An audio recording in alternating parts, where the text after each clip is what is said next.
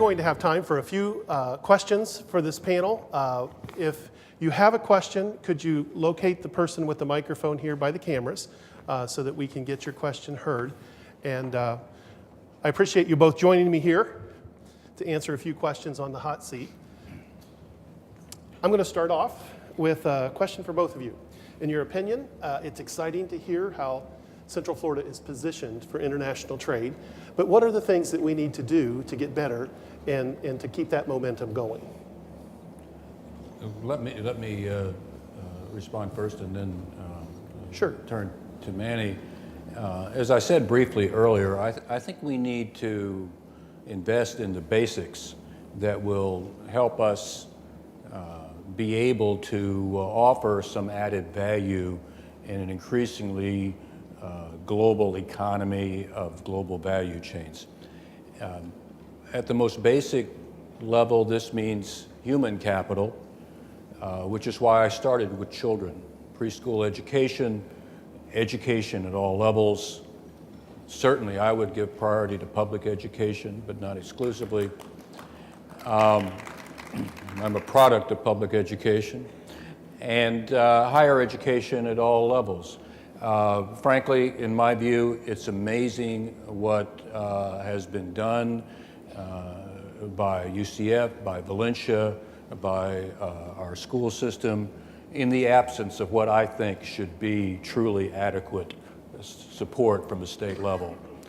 And advancing that perspective from just the 5% to the 95%. Exactly. We have to have people with the highest skills in the world because we're competing increasingly with all the world.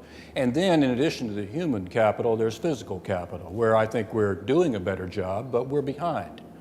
And we need to do more to expand our airport, to expand our seaport, and there I commend our governor for his support. We need to understand that our spaceport is also a place of transportation. Many of you are aware of my own longtime engagement in our space program.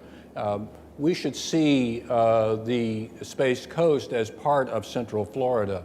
We're really one and the same economically. And then we need to support a lot of the new initiatives that are occurring around here that I think show that we no longer are just trying to sell cheap land, cheap labor, low taxes, and plenty of sunshine. We need to help MJ Swallow and others at the University of Central Florida with their advanced manufacturing initiative for this region. We need to support Randy Barrage's many efforts for a high technology corridor in this region. We need to continue to do all we can to support the development of something I was involved in, creating the local support for the simulations industry in this region. Commercial space is finally coming forward, as Manny mentioned, and we need to support the privatization of the commercial space industry. And we need the basic infrastructure in terms of airports, seaports, spaceports, roads, and transit systems to support it. And there, Mayor Jacobs, of course, has been a leader in recent years. Right. Manny, what kind of things can we do better? Well, I guess I would have to say essentially along the lines of what Mr. Baca said. I think education, workforce training. We have to make sure that the workers are available for our manufacturers to expand. Exports tend to increase labor force, and unfortunately, in some ways, the state of Florida still needs to do more to have those workers that can go and into our manufacturing jobs. For example, to consider the dual training system that you have in Germany, where students can take tracks that take them either to university or to high wage pay jobs that are not require a college degree. We need the welders, the mechanics, the plumbers, and so on and so forth, as much as we need people with higher degree. Two, logistics, logistics education. Forgive my ignorance, I'm not sure whether the colleges and universities here have put emphasis on logistics degree. Statistics tell us that, or estimate that as many as 5 million jobs will be created in the United States in the logistics sector between now and 2020. Just in logistics. Exactly. Language, additional language training, not just Spanish, Portuguese, French, but Chinese, Arabic, other languages. As the years pass, the demand for those type of workers that are able to communicate in those languages will increase. I think we have a question from the audience. Thank you. Justine Asell with Orb International. First of all, thank you very much for Mayor Jacobs. This is an incredible day today. To see that this is the main focus of the summit being international, I'm very proud of the community, so thank you for that. Also very proud because this is an incredibly collaborative community, and for many of us that go and travel around the world and speak to people, a couple of quick points and then my question. What I see is that many people come here because of our lifestyle, and that is who we are, that is our brand, and I think that that's an incredible brand and certainly not one that we want to change. Where we're obviously looking to go now is to let people know that there is a lot more of us, but that lifestyle is very often what makes people decide, do I go to New York, do I come to Orlando, where should I go? If we have the industry, which obviously isn't accidental, that we have an incredibly diverse community here with the industries that we have, and it's extremely exciting to see what we've got going on. The question that I have, though, is how do we look at marketing at a very basic level? We're in an incredibly envious position here that we have executives from around the world already coming over to see us. So we're not trying to go and get people to come here. We need to simply convert them once they're already here. They already know they like the lifestyle. How do we get our front line to understand that they need to be educating everybody and get onto this message? How do we ignite and excite our own community so that when our realtors are speaking to international clients, so that when our tourist sector is speaking to these clients, that they do that for us automatically without even thinking of it? That's the question. In your experience, what are some of the best practices for engaging those folks that do visit? Well, if I could begin again, and let me say I agree with everything that Manny said after I spoke earlier. There are two aspects to this. I'm going to defer to Rick and others who are going to make a presentation about our marketing efforts later because they're doing a wonderful job, and I'm strongly in support of everything they're doing. But there are two aspects to marketing. One of them, historically, we've done a good job of, and that is selling. Enterprise Florida with its trade missions, the EDC with all that it does, the efforts nationally and internationally by Mayor Jacobs, Mayor Dyer, and others. These are important, they're indispensable, they pay for themselves over and over again. But there's another aspect to this, which they all understand, and that is focusing on the product that you sell and improving the product, and that's what I've been talking about. Note that I'm not talking entirely about legislation to create more trade initiatives.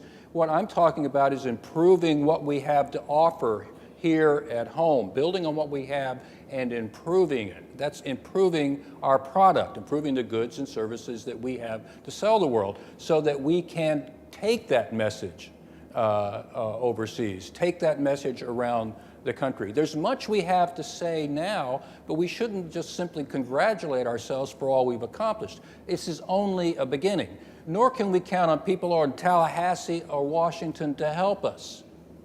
Let's hope they do, but let's assume we're going to be on our own in doing all of this. Well, that means we need to make the basic investments here. I've talked about human capital, I've talked about physical capital. You've raised another issue, which is quality of life, and that's a broader issue. People come here for all kinds of reasons, but one is they think they're going to have a better life here. Part of it's the weather. I understand the temperature in Buffalo is currently 16 degrees, but it's more than that.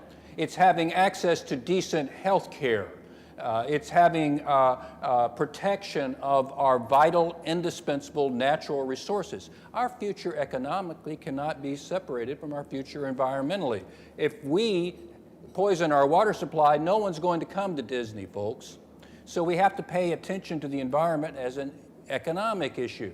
And we have to offer people the opportunity to have wonderful amenities, such as some of the new cultural facilities that we've developed and that Mayor Jacobs has helped support. But in order to do that, you have to have the tax base to support it. And in order to have the tax base to support it, you have to have citizens who are making enough money to pay a fair share in taxes. And that's what we don't have yet. I'm glad we're creating all these jobs, but they don't make a lot of money. We need, of course, to employ everyone, but we need to help lift those boats, a lot of those human boats. As I said, trade is one way to do it, but it's only one way. And if we do all of that here locally, we'll be engaged in the global economy in a way we aren't now, and we will prosper and share in a greater prosperity. Manny? Well, let me begin by saying foreign investment jobs.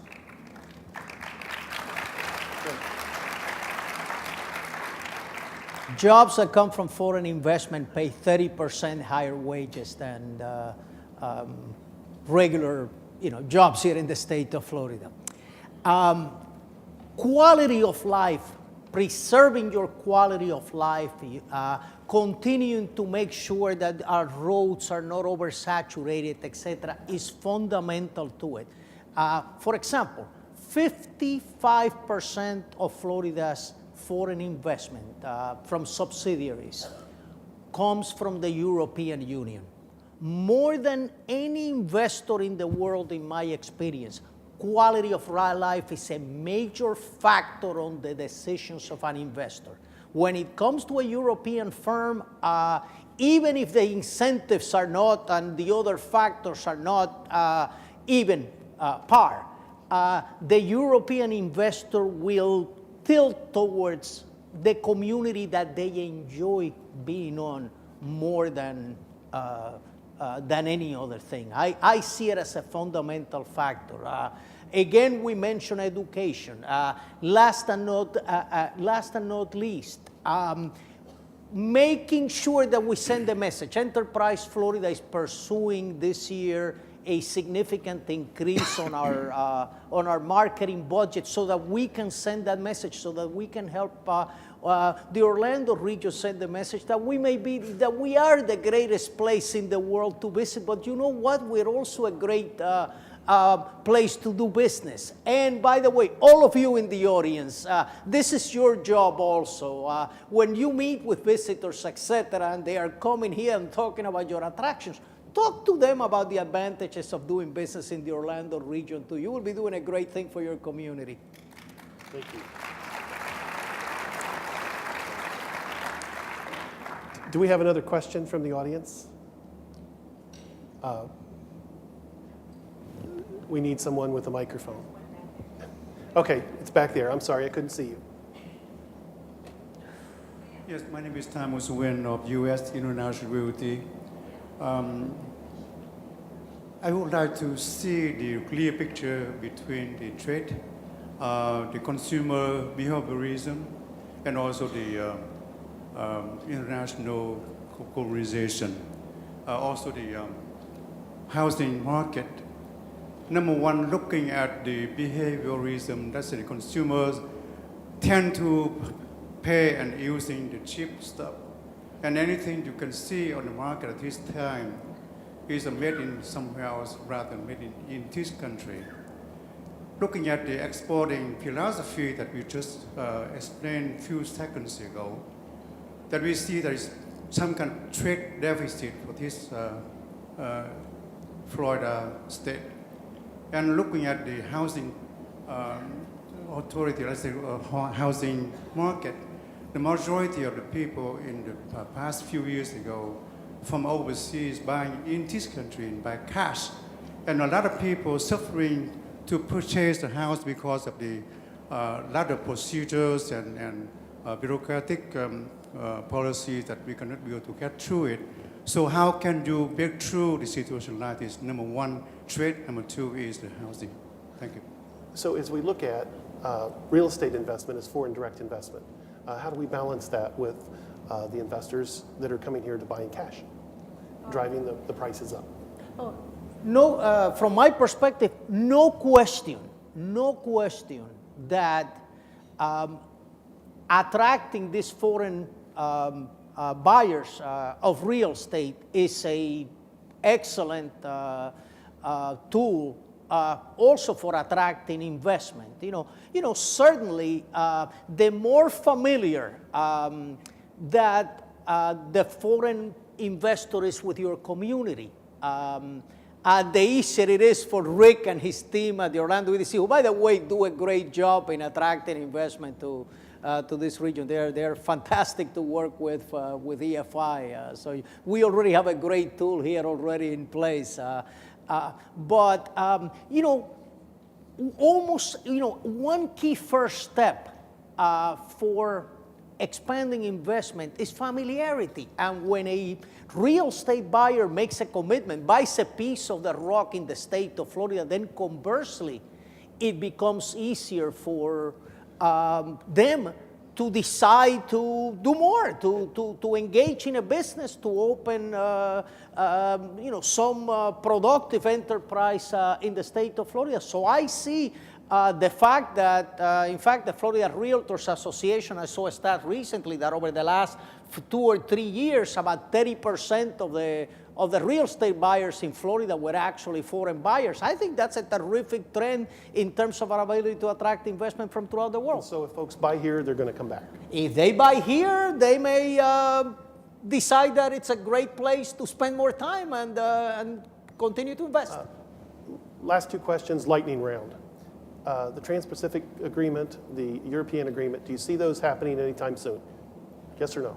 If I were in the Congress still, and thank goodness I'm not, I would be working very hard to secure early passage of the Trade Promotion Authority that I think would open the door to possibly a vote in mid-year on the Trans-Pacific Partnership and possibly a vote toward year-end on the Transatlantic Trade and Investment Partnership. Realistically, I think it's very uphill for President Obama in thinking that he's going to get Trade Promotion Authority anytime soon. Very few members of his party support it, and the Republican Party is divided on it, and most in the business community are making the mistakes of thinking that Republicans will be for it.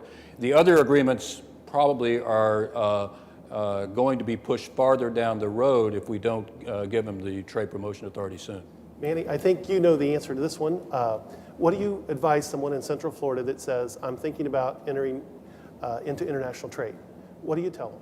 Well, the first thing is come and see us. We can help. Enterprise Florida works very closely with the U.S. Department of Commerce, and one of the very basic elements is like any other discipline. It requires a level of expertise and know-how which a company can acquire or it could develop, and I would encourage you to pursue the expertise, and we have tools that can actually help companies get that education. A final word, and I think the economist here would probably agree with me. One of my frustrations as someone who advocates trade is that all the talk about trade is always about only exports. I'm certainly in favor of exports. But most economists would say that trade is really about importing. Importing also creates jobs. Imports creates jobs in Florida and all over the world. I'm pleased that President Obama is supporting trade now. I feel a whole lot better about his advocacy of trade if he would just once utter the word import. So will you two be around afterwards to answer some questions? Because I know there's some questions we didn't get to. Absolutely, and I couldn't agree more with that. Imports, there's no such thing as an American product anymore. If you don't import components and raw materials, you can't compete. Would you please give a thank you to our panel here? Thank you both. Thank you both for being here. Thank you.